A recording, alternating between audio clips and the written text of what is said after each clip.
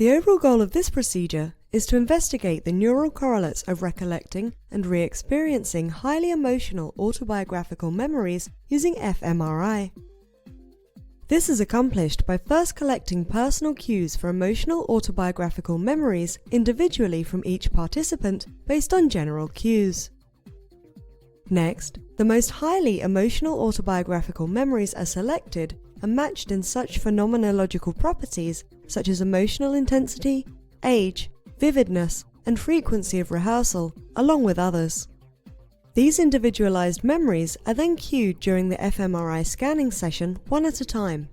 This will trigger recollection and re-experiencing of autobiographical memories, which participants are asked to rate on scales for emotional intensity, vividness, and reliving.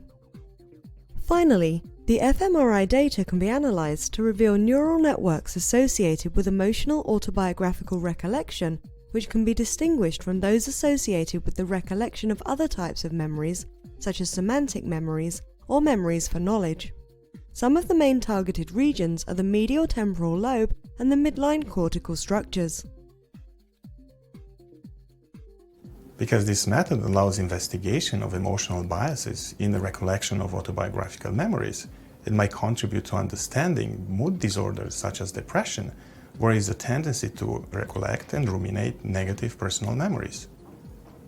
The main advantage of this technique over existing methods is that it allows us to pre-select highly emotional positive and negative memories that are otherwise closely matched on such basic properties as emotional intensity, amount of detail, vividness of recollection, and personal significance.